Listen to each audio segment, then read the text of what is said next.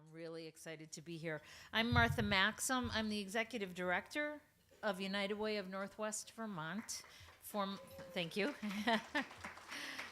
Formerly the United Way of Chittenden County and Franklin Grand Isle United Way. We merged on April 1st, and so we're now United Way of Northwest Vermont. It's really, really nice to see so many returning faces from our first conference last year talking about collective impact, and many new faces as well.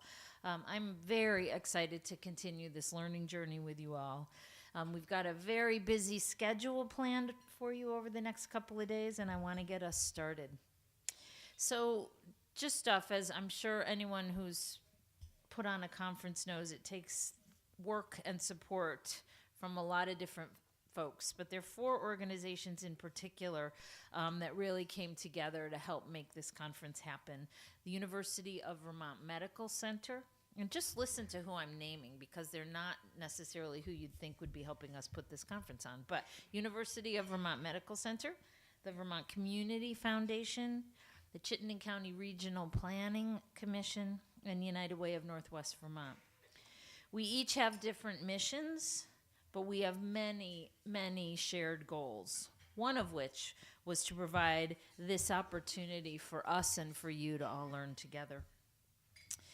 If you know the United Way in any capacity, you've probably heard or read the phrase or seen my button that says "Live United," which really is more than a tagline for us. It's how we are doing our work today in 2016 and beyond.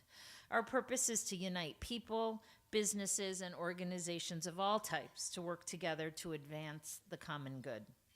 This conference is an extension of United Way's work to build cross-sector partnerships to improve the well-being of our communities.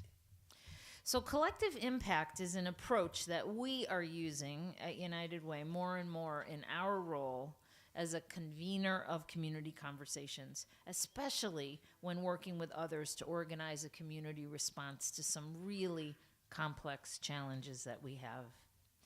By definition, we are uniting our individual efforts under a shared vision, shared metrics, and reinforcing activities toward that collective goal we're all working so hard to achieve.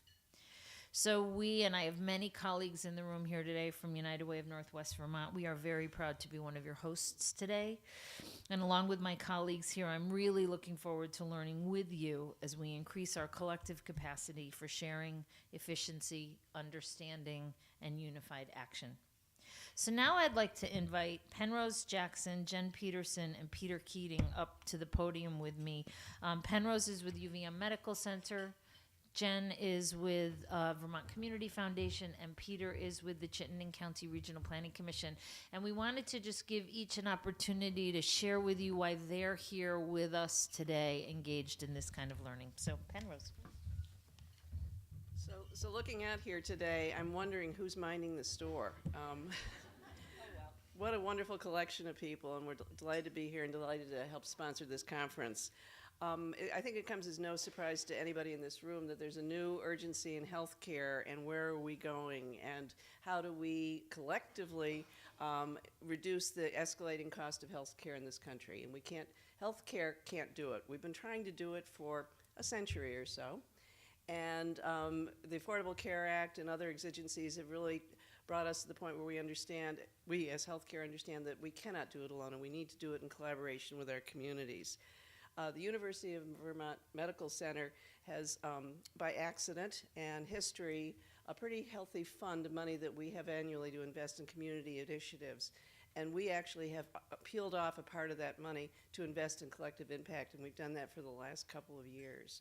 I think they're going to hear more at this conference about our efforts in supporting supportive housing, and also the Opioid Alliance, the Chittenden County Opioid Alliance. They're both collective impact efforts that we are supporting as the medical center and contributing to as well in terms of our time and our talents. So we're delighted to be here.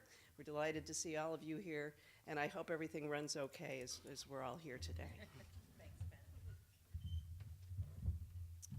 Good morning, everybody. My name's Jen Peterson. I'm the Vice President for Program and Grants at the Community Foundation. And I guess when somebody says do you want to help put together a day where the smartest and most compassionate people want to come together and figure out how to help Vermont be a better place? Why would you ever say no? So that's the main reason I'm here, and the Community Foundation is behind this. But I think in our work, there's two things that sort of drive being part of this, and it's from our position, we see a lot of opportunity. There's a lot of folks that are, while they may have different missions and different sort of on-the-ground goals, they're serving the same populations, and they're really all part of some bigger meta issues around poverty and opportunity gaps and climate change. And so let's create space for talking about those together and where you can leverage some of the resources that we all really work hard to put together to solve these problems. And in seeing that, we've also started to support work that's doing that. So there's really powerful stuff happening around the state. Farm to Plate Network, Food and Farm Initiative, Voices for the Lake, a lot of stuff. And a lot of the folks that are sharing today in some of the concurrent sessions are folks that we've been supporting. And when people can align their strategies and have shared goals and have the time to build trust with each other, which is what you need to do. You need to create spaces like this to do that. It's really powerful. Like, work happens more efficiently, and there's sort of ripple effects that happen. So, and I think that's where lasting change comes from. That's where we really are going to get to the root causes and the systems to make it happen. So I hope you all have a really great day, and thanks for making the time. It's a big chunk of time, but it will be well worth our while, I think. So thank you. Thanks, Martha. Yeah, my name is Peter Keating. I'm with the Chittenden County Regional Planning Commission. Charlie Baker, the executive director, would have liked to have been here, but he had a conflict. I think he attended the last time we did this. We are a proud sponsor of this event and a lot of the programs that United Way puts on. I just want to give a very short story of our experience with collective impact.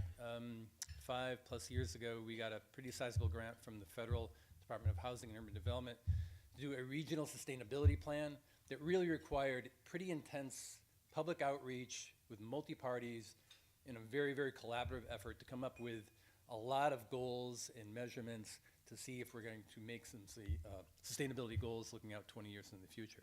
It was called the ECOS Project, and I'm sure there's probably a lot of people here that were involved in that. Or if you weren't personally, your organizations were. But I think it was a great example of that, because while we normally do employ public outreach in virtually all the activities we do, we had to really ratchet it up a notch and really expand that public outreach and much more intimately involve a lot of organizations in our planning. I think we successfully did that. It took 3 years, and we had a huge committee of, I'm sorry to say this, but 65 people on a steering committee, which is, I think anyone else looking at that would say that is so unwieldy, you'll never get anything out of it. I think we did, because people were dedicated. They were prepared when they came to meetings. So it came out to be, I think, pretty successful. Anyway, we ended that in 2013. We adopted that plan. But I think it's a great example of how you can really encourage and get a lot of people and organizations involved and get something successfully accomplished. And hopefully at the end of this particular conference, you're going to get the same message from hearing the speakers of the sessions and come away with a conclusion that collective impact is going to be a tool that you can use in your planning activities. So again, happy to support this, and thanks for coming. Thank you. Thanks a lot.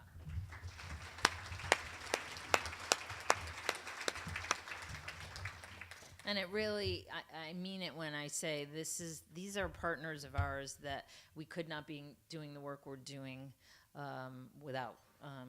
You all know these issues can be very complex, and the resources that United Way has at its disposal really aren't enough to solve some of these issues all by ourselves. So we need to reach across sectors and really look for other partners who maybe haven't been our partners before, but it is incredibly rewarding to be building these partnerships. So now I actually want to give you all a second to just reflect in a small group with a couple other people about why it is that you are here right now over these next 2 days learning together with the rest of us about collective impact. So what I'd like y'all to do is, and this is just going to get our juices flowing after bacon. What I'd like y'all to do is form a group of 3 people. If you'd like to get up and move around, you can, or else you can just turn to your tables. But here's the trick: you have to be talking to 2 other people that you've never met before. Okay, strangers. You need to go and meet 2 strangers. So I'm going to give everybody a second just to move yourselves in a way that you are in a group of 3 talking to strangers, and then I'll give you more instruction.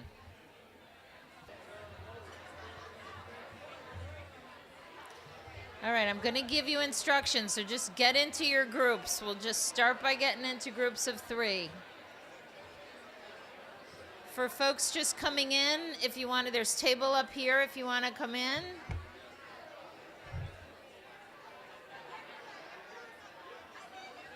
Mariah, there, like right up front here, there's some tables. Okay. Attention, attention. Is everybody in a group of 3? Rowdy bunch. Okay.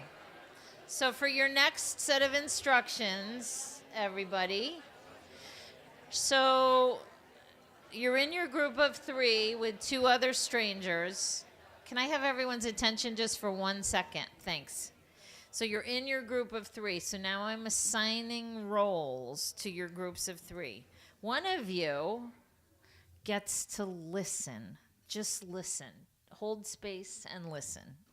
One of you is going to be the interviewer, and you're going to ask some questions. And the third person gets to be the talker and answer the questions. So you can figure out who's who. And then what I'm going to do is give 5 minutes for that and then have you switch. So everybody's going to get to be the listener, the interviewer, and the talker. We're going to do this for about 5 minutes each round. And what I want you to do is answer the question, why is it that you feel it's important for you to be here spending these next 2 days together? So interviewer, that question or some other probing questions, you could just say, tell me more, tell me more, tell me more. And really probe to have the talker, and the listener just listen. So choose who's going to be which role and get started. And in about 4 minutes, I'll give you the 1 minute warning, and then we'll switch roles. Okay, so interviewer, listener, talker.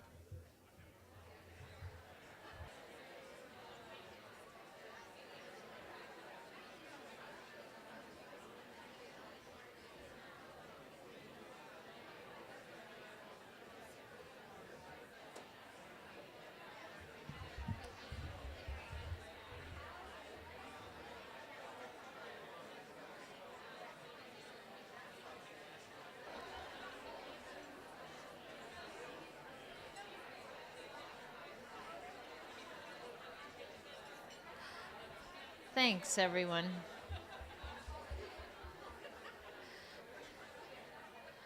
So I have to say, the energy in the room just after that, I hope you've made some nice new friends that you didn't know before.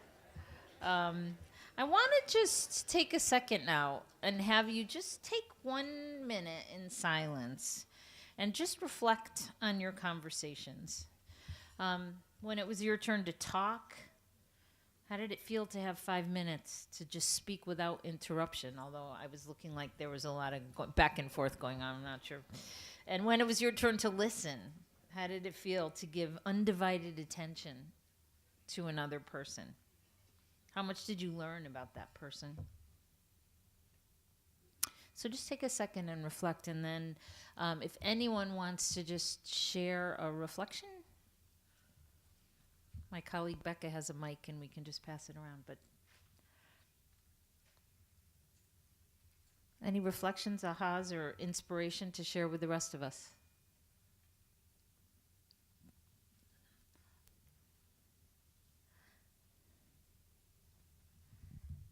John Sales from the Vermont Food Bank. I was just struck by how we're all coming from different places to be in this room today, Yeah. and how we should explore that when we're talking to each other. Right. Right. Thanks. Lindsay?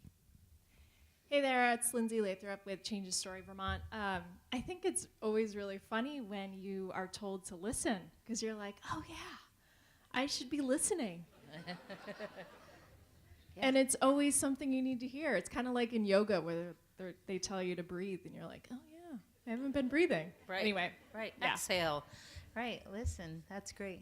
Someone else want to share anything? Reflections? Hi, I'm Paula Cope with Cope and Associates. I was with a great group over there, very diverse collection of people. And one of the things that struck me when we were talking is the need to be open to new experience, open to new information, and then ultimately the willingness to sacrifice either on a personal level or mission or change or something for the greater good.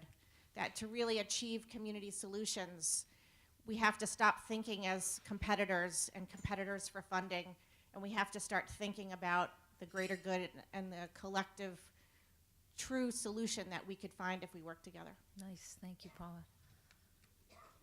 Anyone else? Hal?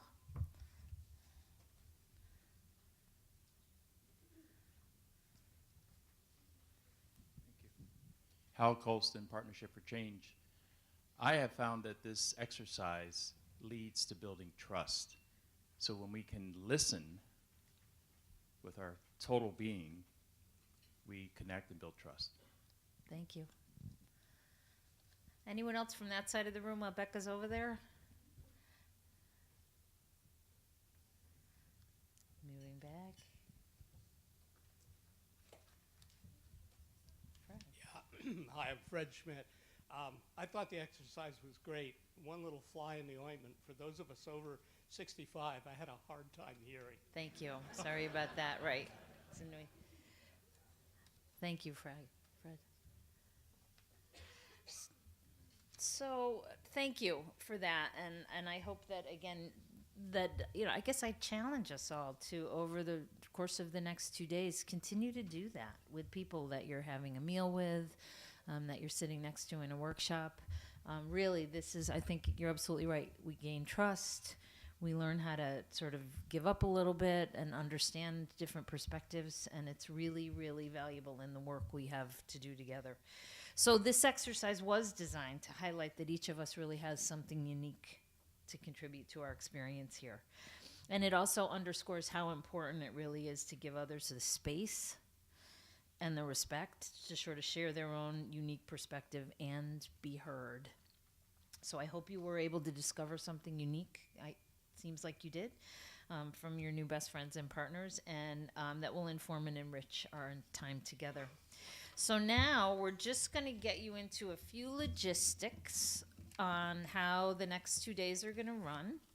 And I'm going to pass it off to my colleague, Amy Carmola, who really, when you talk about, how these things happen, they happen because people like me are lucky enough to have people like Amy working for us. So Amy's going to go through your packets and tell you a little bit about how the next couple of days are going to run. Amy.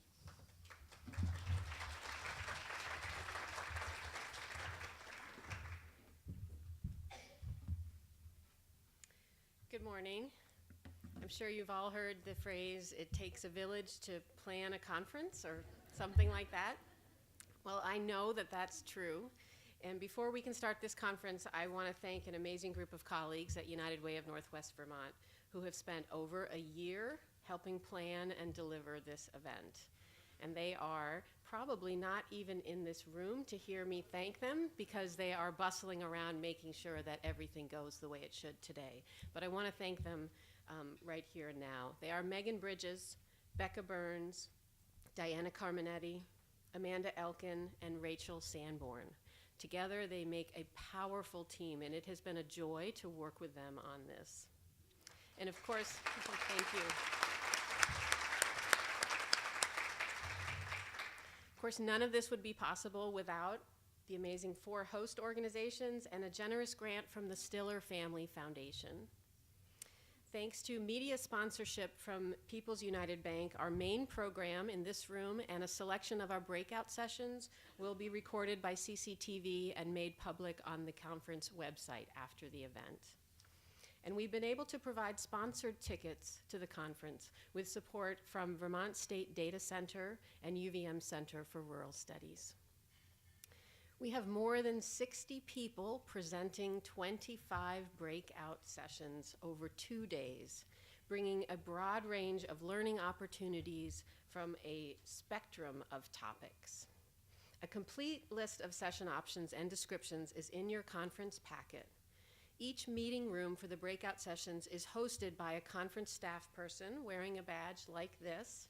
And one of the things that they will do is help make sure that rooms don't get overcrowded, because we want the rooms to remain accessible. So pick where you'd like to go and get there as quickly as you can. And if you show up at a room and it's full, there are other options. We have a lot of great options. So just move on to another choice, and I'm sure you'll be thrilled with where you end up. You've all invested in this experience, and many of you have traveled a ways early in the morning to get here. And I invite you to be here and be present.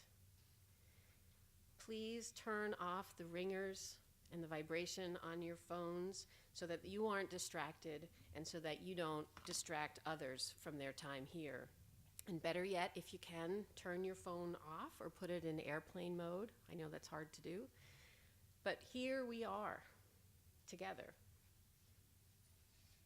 This conference has an overarching theme, which is inclusion. And in Collective Impact, inclusion means not only diversity of perspectives, but diversity of partners and sectors and strategies. Inclusion is about inviting and allowing and recognizing everybody who is involved in an issue or a process or is invested in an outcome. And of course, that's not as simple as it sounds. So during our time together, we will focus on how to work with different perspectives and different partners and why inclusion is so important. And inclusion is such a big, complex topic. Let's learn from each other while we're here and afterwards. I encourage each of you to share at any time your best ideas or your thoughts or your questions or suggestions about inclusion. We've set up a wall right as you're leaving this room. We've labeled it Ideas for Inclusion. And there are sticky pads and pens on your paper. Please take a minute at any time to write down your ideas or questions so that we can share them with the people who are here today and share them on the website, because there's some great ideas and strategies in this room that we would love to pull together. So please take a minute to do that at any time. So inclusion isn't just part of our program, it's been a big part of our planning for this event and how we experience it together. There are a few things that you may notice and a few things that I'm asking you to observe.